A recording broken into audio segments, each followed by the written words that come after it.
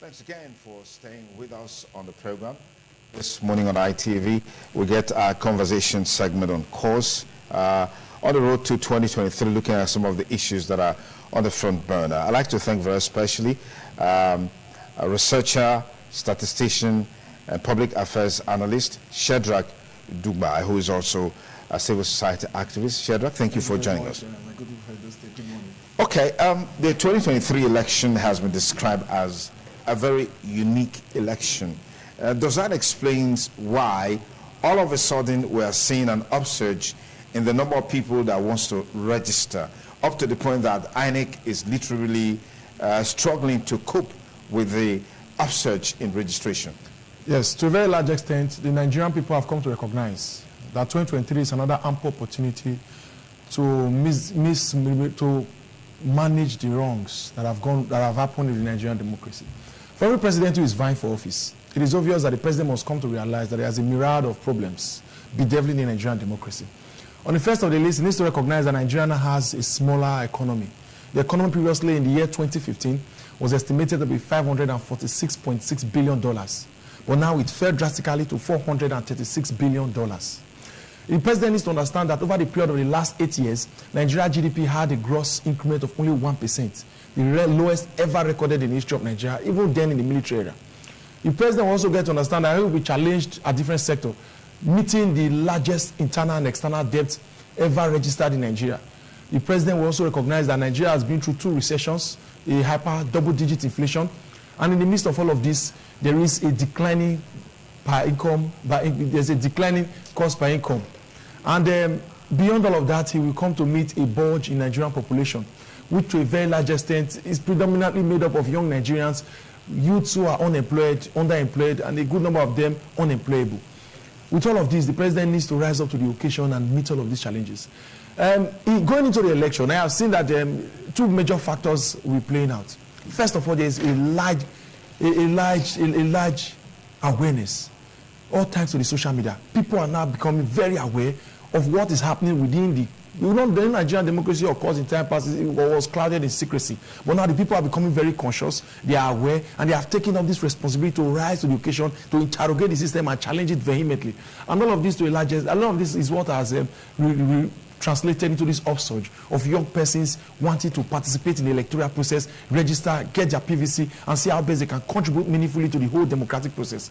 And also, I've also come to also witness that for the first time in a long while, there will be some new sets of electoral rules that haven't passed the electoral amendment bill, that there are a lot of things will be redirecting the narratives. Okay. For example, there's this, for everybody who is fully informed of the electronic transmission of results. That means results will now be appearing in real time in INEC server, and not just that, it will now be a legal tool for detecting the validity of elections carried out. We also see the issue of accredited voters. Now accredited voters will now be used as a means of determining valid votes in election, which was not the case. I saw what happened in Enugu State, and somebody total accredited vote was vote allocated to the candidate who won was less than accredited vote. We see lots of change. Now for now, they have not criminalized the act of card-carrying members of political parties going to operate in INEC as electoral monitoring officers or serve as agents or staffs within the process. If you engage in such, there are criminal offenses that span over 2 to 3 years imprisonment. All of that, we see some sense of sanity and purity coming into the system. We've seen a period of electoral engagement, period of campaign being winded to 180 days, which was previously 150 days, giving up opportunity for political parties to interact with the people and cross-fertilize ideas, and people to at least sit back and go to understand what does this marriage has for us, and how best we can put our interests. We've seen lots of all of these electoral amendments coming into play that will also shape the process. We've seen political parties putting candidates together, train up candidates, and their predominant calculations has been, how exactly are we going to secure victory at all costs? Because the All Progressive Congress has not really done well in recent past, not able to fulfill all their mandates, all of their promises that was made, that gave them ample opportunity to go into power in 2015. And now what we are saying is that they are now calculating, if we now it is now imperative of them to zone the presidency to South, haven't gotten a Southern candidate, which to a large extent some persons have led some persons with sour taste on their mouth, believing it's not a reflection of their own personal aspirations and yearnings for the future of Nigeria, wanting a younger person who perhaps is intellectually inclined and understands the onus of this current reality and has the disposition to use technology and other international best practices to meet the challenges of Nigeria. With the candidate, they are now fighting, okay, let us see if we can get a popular candidate from the north, who perhaps will be from the northwest, and could be able to mobilize the votes that have supported Buhari in time past to shape the process. What I have seen, in time past for the last, they've been, so they call them the 10 essential northern states. These are the states that have consistently put over 40% of voters turnout. Voters turnout, they have recorded 40%. And if you see these 10 states have predominantly voted for Buhari for the last 19 years. So persons are predicting that going into this general election, those persons have voted according to their religious lines. Haven't voted for Buhari within and out of APC. Those votes may not necessarily be going to APC anymore. And that's why the political party are trying to ensure, the APC is trying to ensure that they secure that statutory votes and it goes in for their candidate, Asiwaju Tinubu. The PDP also played a very, I would say, a pleasant one, having zoned their presidency to the north, knowing fully whether northern Fulani kind just left. But they have also felt that we cannot zone what we do not have. And as such, we have to secure victory first before we begin to talk of zoning. And this has made the southern since the return of democracy in 1999, presidency have dwelt in the south more than it has dwelt in the north. And the south already leading with 4 years. And if we're able to secure victory in the north, there are persons in this party that have never flown. The two candidates, the presidential candidates for this party, they were preparing for the south. So let us give opportunity to the northern persons. So we also have a sense of belonging in the party. All of this is what's playing out, and they are calculating how best to meet the issue of religion plays a very major role, because people are beginning to see that even the Nigerians, an average Nigerian, about 90% of Nigerians are very religious, and they pay close attention to their faith, and they hold it in strong sentiment. The politicians have recognized this over the years, and that's why they consistently use religion and ethnicity as a tool, another form of identity politics to mobilize the people to vote. And I've often argued that mixing politics and religion, for me, is a dirty practice, because I can't really tell significantly any specific dividend that is alluded to the Christians. For example, the last vice president was a Christian from Redeemed Christian Church of God. I cannot tell you categorically that there's any clear benefits that got to the Nigerians because the Christians, whether in the north or in the south, because the vice president was a Christian. And all of these things, I would say, is relatively very, very, very disheartening. So people must be able to put aside those pedestrian sentiments, whether it's ethnicity or religion, and look forward for persons who have the requisite capacity to move in and create significant change and reposition Nigeria for greater development. Other persons have also said that to a very large extent, we're going to be seeing an uproar. A third force is going to be coming into the fray, and it's going to be putting the APC and the PDP aside. Fine and clear. I do not argue with that. But let's go back to 2019 general election. We saw that Buhari passed the not too young to run bill, and lots of persons pushed into the fray to see how they could test their mind. Young persons were eager and ready to support younger candidates who had different perspectives from what was already established in time past. In all of this, when you calculate the votes that was gotten, whereby 84 political parties that participated in that generation, put all of the votes together, aside that of the APC and PDP, all of these people were not able to make even 500,000 votes. The vote was still less than 500,000. One of the highest of them was Umar Shiri. He made 33,000 votes. The Labour Party that is on ground now also made 5,000 votes. Put all this together, I do not see where the third force pay has to be coming from. Yes, there will be an increment due to for persons who are voting for the first time, school leavers, students. I see them want to vote for a candidate which is not a reflection of APC and PDP. But that vote to a large extent cannot translate into victory. It will be nice for us. It will keep growing, perhaps from a few hundreds of thousands, which was accumulated in 2019. I predict it may go up to 1 million or thereabouts. But that in itself is not going to create a watershed. Okay. Does it make sense at all that, in a sense, we're seeing youths taking ownership of this process? If what we have on social media is anything to go by, and how do you think that can be translated into something tangible in the 2023 election? I, for one, in time past and even currently now, have always agitated for youth inclusion in politics. I've said that the youth needs to be given an ample opportunity, because a lot of persons have tried their hands in politics, especially from the established old order, and they've not been able to provide some strategic, mouth-watering, very insightful and inspiring solutions that we had hoped for.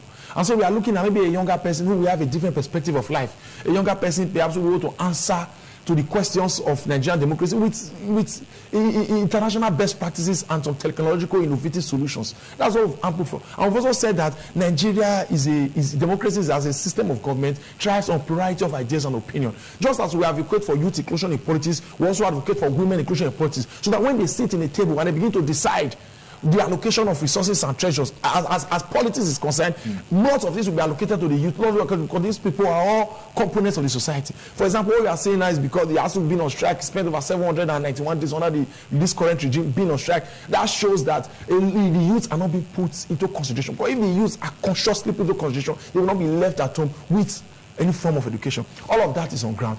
The youth, to a large extent, too, have not played their part, because they have always been social media gurus. They've been giants of social media, ants on feed. They have failed to understand that this general election is not SCG election. It's not when you gather a few people in night class and preach to them that we're going to win election. Come, let's begin to mobilize on the pedestrian. There's what we call structure. Persons who have not engaged in political elections in time past, lost or won, may not appreciate the vata of people having power at the local government, in the wards, in the units, people who organically want to prove themselves that they are members of a political party and they own their onions at that respective level, irrespective of who the candidate is.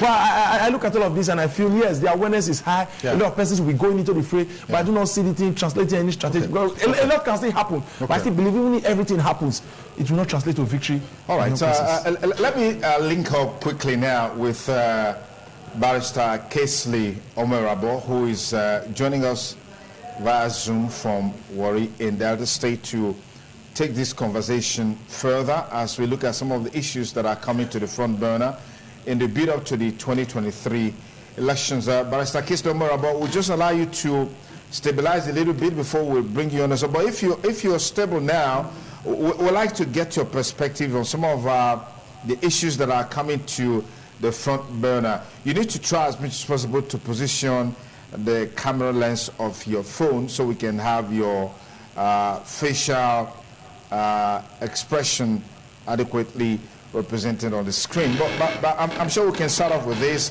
We can get it better as we get along. But Barrister Omerabo, thank you for joining us on TMI. Good morning.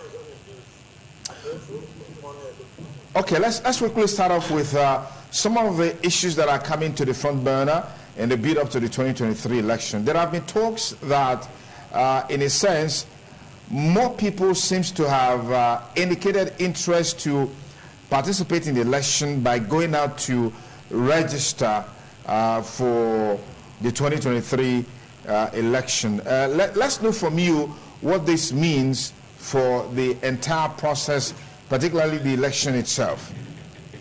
Yes, like I want to say, public are getting more enlightened, but people want to participate, people want to take decision on how to do that.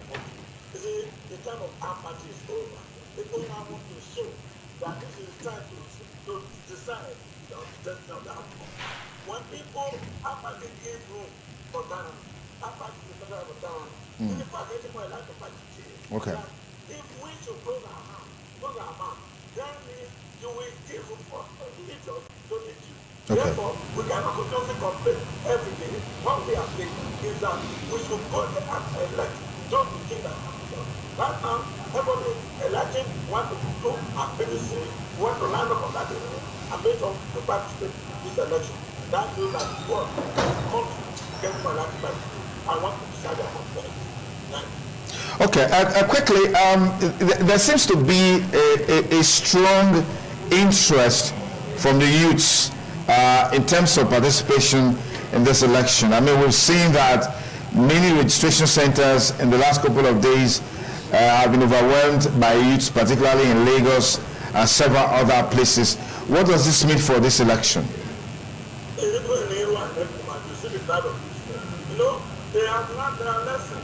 Time of giving me 5,000 naira back of that is over. The youth have been told that they are future leaders. Their future is not coming. If I'm a former leader, I say I'm future leader. So the youth are trying to go into the revolution. Everybody wants to be interested. I want to see how people are getting participated. People are angry. People want to be sure that by this time around, what we're going to do, we, the youth, move aside.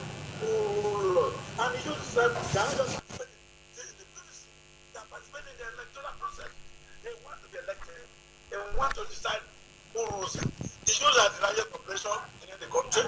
Unfortunately, what we have in our country is that the youth are often marginalized and they are used as electoral materials to rig election. They are used as any instrument to determine this country.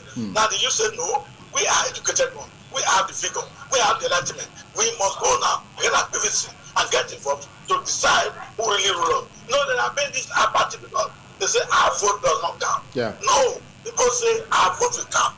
I'm going to be interested. I want to know how my vote will not count this time. So every politician is in the election now. Those who think they can buy the ballot, those who think they can pay everybody, they're beginning to know now that the youths are ready. Not only that they are going to vote, they are going to make sure that their vote counts. They are no longer going to wait for the court to decide to become our governor, for the court to decide to become our president. No, our parliament part will decide. We will be there, we candidate our president to be transmitted, and we will know the result before it's announced. So the youth are getting elected. Okay, I'll come back to you in a moment, Barrister Kingsley Omerabo, but you just need to adjust your camera so we can have your full frame on set. Okay, let's get back to you. Quickly, because we don't really have so much time. The major task for the two leading political parties is the choice of running mates. There have been conversations along the lines of the Muslim ticket.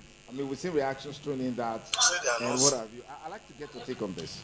For the Muslim ticket in the All Progressive Congress, I strongly believe it's an attempt to hold on to the statutory northern votes. There's a huge bulk of vote that Buhari has controlled for the last 19 years.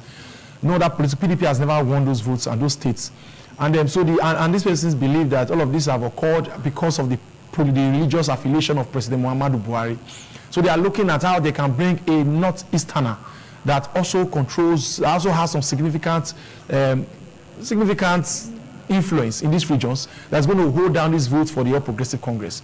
But it cuts across as religious insensitivity, especially for those Christians in the north who have been blasted by all of this religious imbroglio. Yeah. For them, it will appear that they are trying to poo on their intelligence and take them for granted. And this to a large extent will not sit well with them. Because the Christians in the north are now beginning to wake up and mobilize and conscientize their members and see how best they can also take part and be recognized in the political equation of the north. And it shouldn't just be seen as a Muslim arrangement.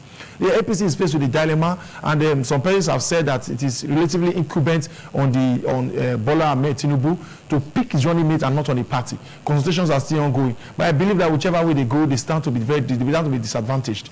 It's not going to be as though you are picking a northern candidate, a northern Muslim, because whether you pick a Muslim ticket, you are losing out the votes of the Christians in the north, and it's been seen as you are not being sentimental. You've been sentimental about your interest in their votes and not capturing their interest. If you pick a Muslim Christian, the Muslim will say, it appears that the Christians have to be given more edge, and those votes may go for a northern Muslim in the PDP. While in the PDP, we are seeing that to a very large extent, Atiku Abubakar stands strong, and then the battle has been narrowed down to Okowa himself and Nelson Wike, and they are calculating strongly. But whichever one will get the vice presidential slots, another will become a minister. That one is already shared. Okay. But I strongly believe that Wike, to a very large extent, controls the clout of the South, and is the biggest fish in the South political zone. Let's get Barrister Kingsley Omerabo. We've got a better frame of him now to contribute to this discussion. Barrister Omerabo, thank you once again for joining us on the program. What do you make of this debate surrounding running mates for the two major political parties? There's also talks about, we need to avoid a Muslim ticket so we don't lose votes, whichever way we decide to come from, whether on the part of the PDP or on the part of the APC. Does this make sense to you at all?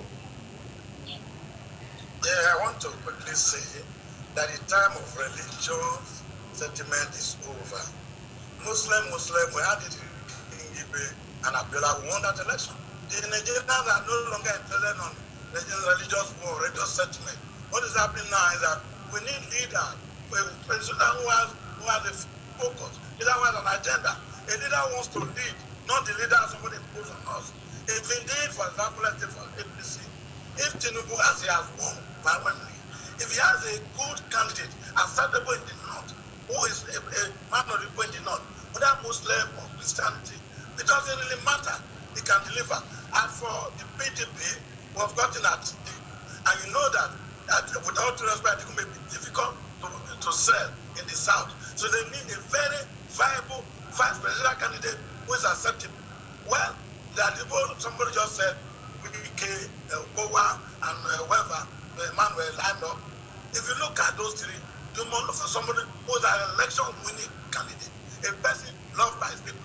I don't want to campaign on this program because if you look at it, everybody knows that Wike fought and became he almost defeated Atiku. Okay, now is the next person. Now, if Tinubu choose to pick anybody, he mustn't be a Christian, he must be a Muslim.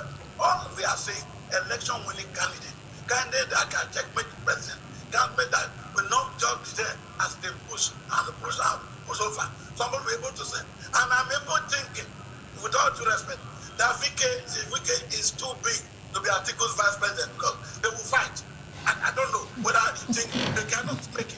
Atiku will not be able to accommodate Wike, and Wike will not take nonsense from anybody. I think those people may not bear away. They should look for maybe someone like Okowa who's calm, who's more dignified. I'm not saying Wike is not dignified. At least my classmate, my comment, I'm happy for you. But the fact is that when Wike becomes somebody's vice president, Wike is a kind of will explode, and we'll not be able to take this nonsense. The vice president for the bosses everywhere. You can see how Osibajo is there because he's a gentleman. But Wike is not. Then if we're talking of Ganduje being picked now by my party, by Tinubu, Ganduje, well, is an election-winning person. Is well known in the north. In fact, is somebody who's well loved. Is someone who's a radical. A radical is somebody who doesn't care about religion, doesn't care about sentiment, doesn't care about tribe. He goes out to really go to win the election with the people. If he can not accepted by his people, it becomes a liability to the presidential candidate. But if it's accepted, it's all right. So about religion, about tribe, nothing to do with it. One way or the other, I may want Wike to go there, but I think we should know what is going in for me. That is not going to have a political aspect. That is the problem we have now. And I actually think that. Unfortunately, there's a technical hitch there. Okay. Okay. All right. Thank you, Barrister Umar. But that's as much time will permit us. But I want to thank you. I hope that subsequently we'll be able to have you here again on the show. Well, yeah, thank you so much. So if I quickly want to respond to what the barrister had said, yes. He had quickly objected against the idea, believing that Wike perhaps is too big a man to serve under Atiku's cabinet. Yes. What I have said, that in the era of putting weaklings, persons who do not have a voice to support a candidate because they want some sense of unholy, harmonious working relationship is unhealthy. We saw what happened the last time we had a healthy. See, there must be a form of political mechanism that leaves the opposition within the party so that the party can critique itself and come out with good ideas. Because the man who is straightforward is known for some form of, he may be rash, he may come across to you as rude, but the man is sound and is stable. And such a man is the kind of person, the kind of character we need to challenge the insecurity we had in the north, where all manner of insincerity clouds the issue. The man want to stand strong and say this is exactly what we need to do to put it. And in particular appears not to be doing that. He has the intellectual component, the way with that, the might, the political will to call the man to action. And that's why even for those who may not believe in what Atiku could do, could definitely stand with Wike and say Wike cannot be there, and these governors will slash to pedestrianism. The last time we saw such heavy arrangement was the ticket where Olusegun Obasanjo and Atiku in the 2009-2007 general election. When Olusegun Obasanjo became power drunk and wanted to run for a third term, it was the vice president who stood vehemently and said this thing is not possible. You cannot go for it. You cannot amend the constitution to suit your personal interest. And when he came out, he started calling Atiku a thief. We've seen all of these things before. We've seen all these things. So even persons in the south had even previously called out the Professor Yemi Osibajo as not standing strong. Yeah. See, this is what happened in the APC. We gave power to a party that barely became a party. So the Buhari became the symbol of the APC soul and conscience. Yeah. Wherever Buhari stays, his body language is where the whole party follows. Yeah. The only man within the party that had the conscience of saying, no, you can't do this, was Ahmed Bola Tinubu. But the man couldn't speak up because he was waiting for his own turn. Yeah. Yemi Osibajo could not rise up and say, no, I do not like what is happening. People are dying and want to rise up. Because he was also waiting for his own turn. So we do not want such persons. We need persons that have competence and character who will stand strong for integrity or whatever they believe. Okay. And but Samara, let's take a last word from you on the build up to the 2023 before we let you go. Yeah.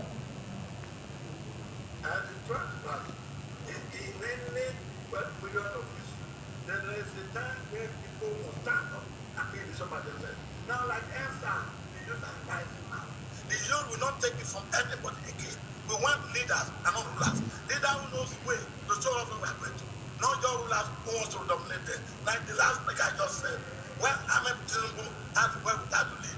But because of personal interest, there may be some who witnesses. So also is my good friend, the former vice president.